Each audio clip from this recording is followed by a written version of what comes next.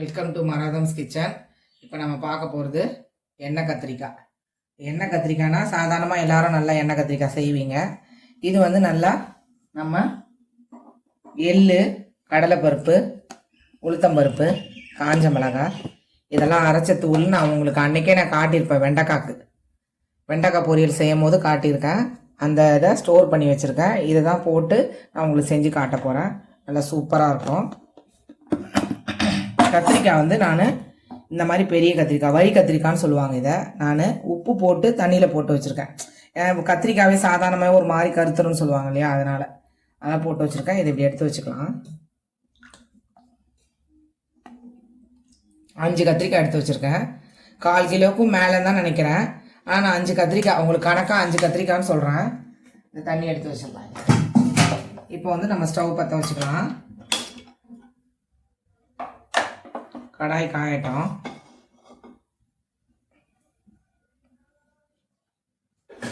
எண்ணெய் தாராளமாக ஊற்றணும் இதுக்கு, எண்ணெய் கத்திரிக்காய்க்கு. அதனால் உங்களுக்கு நான் கரண்டி கணக்கே காட்டுறேன்.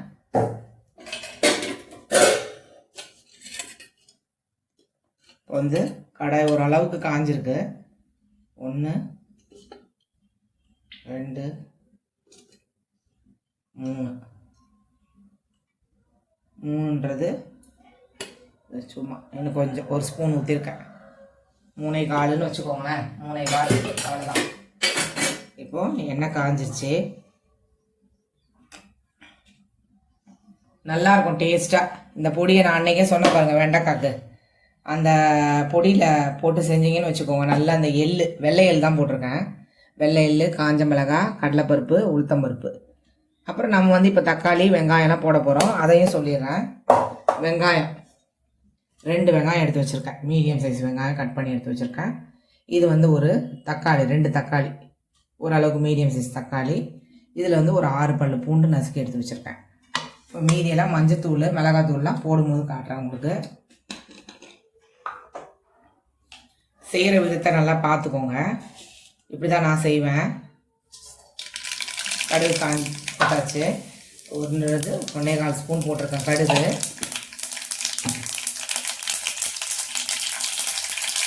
தக்காளி வந்து நம்ம வெங்காயம் போட்டு அப்படி கட் பண்ணிக்கலாம்.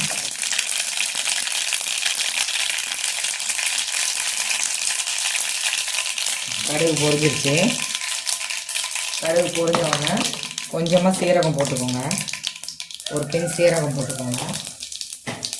போட்டுட்டு இந்த பூண்டு வெங்காயத்தோடு சேர்த்து போட்டுருங்க. போட்டு கொஞ்சம் மீடியம் ஃப்ளேமில் வச்சுட்டு நல்லா வதக்கிக்கோங்க. வதக்கிட்டே இருந்துட்டு இதில் கொஞ்சம் மஞ்சத்தூள் 1/2 ஸ்பூனு,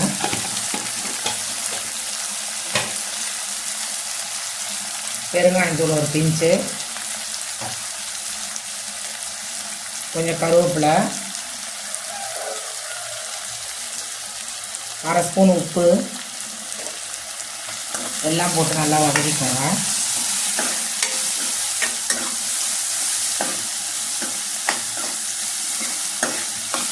நல்லா அந்த பூண்டு வெங்காயம்லாம் கொஞ்சம் நேரம் வதங்கட்டும். இந்த வதங்கிக்கிட்டே இருக்க கேப்பில் தக்காளியை கட் பண்ணிக்கோங்க.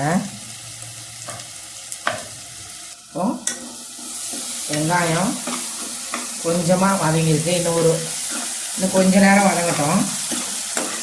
உப்பெல்லாம் போட்டிருக்கோம் கொஞ்சம் 1/2 ஸ்பூனு. இப்போ நம்ம தக்காளியை போட்டுக்கலாம். தக்காளியை போட்டு நல்லா வதக்கிக்கோங்க. வதக்கிட்டு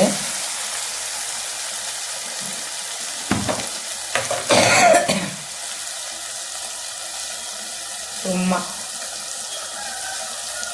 ஒரு சிட்டிகை இஞ்சி பூண்டு பேஸ்ட், அவ்வளோதான். ஏன்னா பூண்டு போட்டிருக்கோம். கொஞ்சம் அந்த ஃப்ளேவர் இன்னும் கொஞ்சம் டேஸ்ட் ஆகிறதுக்கு வேண்டி போட்டுக்கோங்க.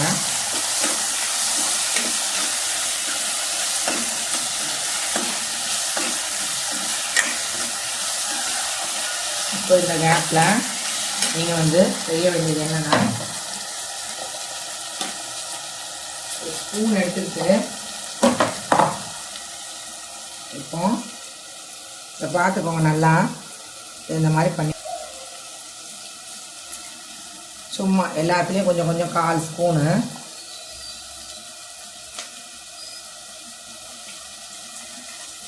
நல்லா இந்த மாதிரி வெட்டிக்கோங்க. கொத்தா வெட்டுவாங்கன்னு சொல்லுவாங்க பார்த்தீங்களா, ஒரு 6 இதழ் வர மாதிரி அந்த மாதிரி வெட்டி வச்சுக்கோங்க. வெட்டி வச்சுட்டு இப்போ க்ளோஸ் பண்ணிடுங்க. மிஞ்சி போனால் ஒரு 1.5 ஸ்பூன் போட்டிருப்பேன் எல்லாத்துக்கும் சேர்த்த மாதிரி. கத்திரிக்காய்க்கு இன்னமும் தேவைப்படும்.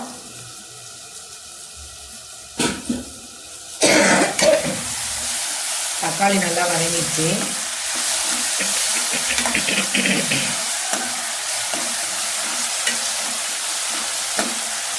இப்போ வெறும் மிளகாய் பொடி 1/4 ஸ்பூன் போட்டிருக்கேன்.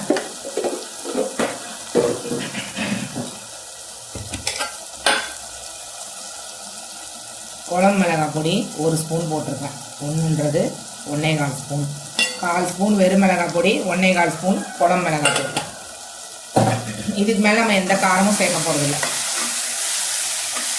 ஏன்னா அந்த பொடியிலே காஞ்ச மிளகாய், கடலைப்பருப்பு, உளுத்தம்பருப்பு, எள்ளு போட்டு தான் தூள் பண்ணி வச்சுருக்கோம். பாருங்கள், தக்காளி ஓரளவுக்கு வதங்கலனாலும் பரவாயில்ல. ஏன்னா இப்போ ஏற்கனவே எனக்கு ஃபுல்லாக நசுங்கிடுச்சு பாருங்கள் தக்காளி. நம்ம இத்தனைக்கும் க்ளோஸ் பண்ணாமே எல்லாமே நசுங்கிடுச்சு.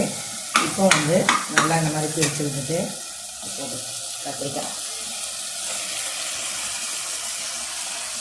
கத்திரிக்காய் வச்சு போட்டுட்டு நான் மசாலாலாம் இருக்கும் அதெல்லாம் விட அவங்க போட்டுருங்க.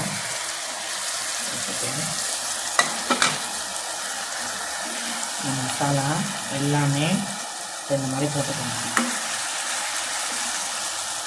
எண்ணெய் தேவையாக இருக்கிறவங்க வேணால் இன்னும் கொஞ்சம் ஊற்றிக்கோங்க. எண்ணெய் கத்திரிக்காய்க்கு எல்லாருமே நிறைய தான் ஊற்றுவாங்க.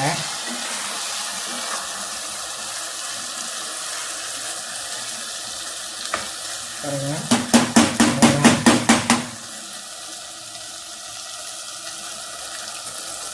உப்பு கரெக்டாக இருக்கிற மாதிரி இருக்குது. இப்போ வந்து எண்ணெய் ஊற்றி அதே மாதிரி ஒரு 1/4 உண்டி ஊற்றுறேன். இந்த பாருங்க, சுற்றி ஊற்றிட்டு நடுவில் கொஞ்சம் ஊற்றுறேன். இது பாருங்க, தண்ணி தெளிச்சாப்பில் 2 கை அவ்வளோதான். அப்போ எதுவுமே பண்ணக்கூடாது, அப்படியே மூடிடலாம். மீடியம் ஃப்ளேமில் நம்ம ஒரு 10 நிமிஷம் கழித்து வந்து பார்க்கலாம்.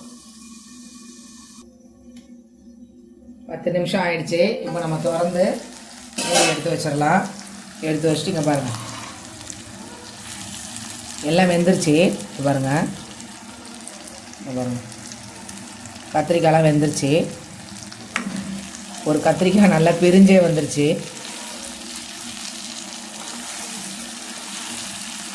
வந்துட்டு இப்போ நம்ம ஏற்கனவே ஒரு கரண்டி கிட்ட அந்த உள்ள அந்த ஸ்டஃப் பண்ணி வச்சுருக்கோம் நம்ம அந்த மசாலாவை.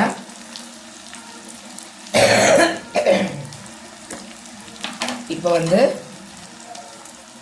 பாருங்க, வந்து ஒரு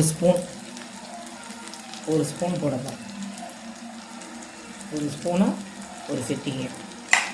ஏற்கனவே நம்ம வந்து ஒரு ஸ்பூனு அதில் ஸ்டஃப் பண்ணணும், எல்லாமே கொஞ்சம் கொஞ்சமாக போட்டு. அவ்வளோதான் ஃப்ரெண்ட்ஸ், இதே மாதிரி செஞ்சு பாருங்கள், செம்ம டேஸ்ட்டாக இருக்கும். ஆனால் இந்த பொடியை ஒண்டி நல்லா ஸ்டோர் பண்ணி எடுத்து வச்சுக்கோங்க. நான் உங்களுக்கு அந்த அளவுலாம் கூட சொல்லியிருக்கேன். நீங்கள் அளவே இல்லாமல் எக்ஸ்ட்ரா கூட செஞ்சு வச்சுக்கலாம். நான் உங்களுக்கு இன்னொரு தடவை கூட நான் அந்த அளவு சொல்கிறேன் செய்யும் போது. பாருங்கள், அவ்வளோதான், எல்லாமே பிரிஞ்சு வந்துருச்சு பாருங்கள், சூப்பராக இருக்குது பாருங்கள். இப்போ வந்து நம்ம இருக்கிற கருவேப்பிலையை தூவிக்கலாம்.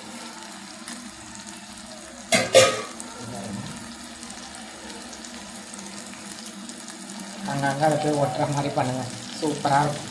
அவ்வளோதான். இப்போ வந்து ஸ்டவ் ஆஃப் பண்ண போகிறேன். ஆஃப் பண்ணிட்டேன் ஃப்ரெண்ட்ஸ். பாருங்கள், எண்ணெய் கத்திரிக்காய் நல்லா பொடி தூண மசாலா நம்மளே வீட்டில் ரெடி பண்ணி எல்லா பொரியலுக்கும் தூவுற இது நம்ம இந்த எண்ணெய் கத்திரிக்காய்க்கு அந்த மாதிரி நல்லா அந்த பொடி தூவுன எண்ணெய் கத்திரிக்காய் ரெடி ஆயிடுச்சு. உங்களுக்கு இது பிடிச்சிருந்தா லைக் பண்ணுங்கள், சப்ஸ்கிரைப் பண்ணுங்கள். Thank you friends.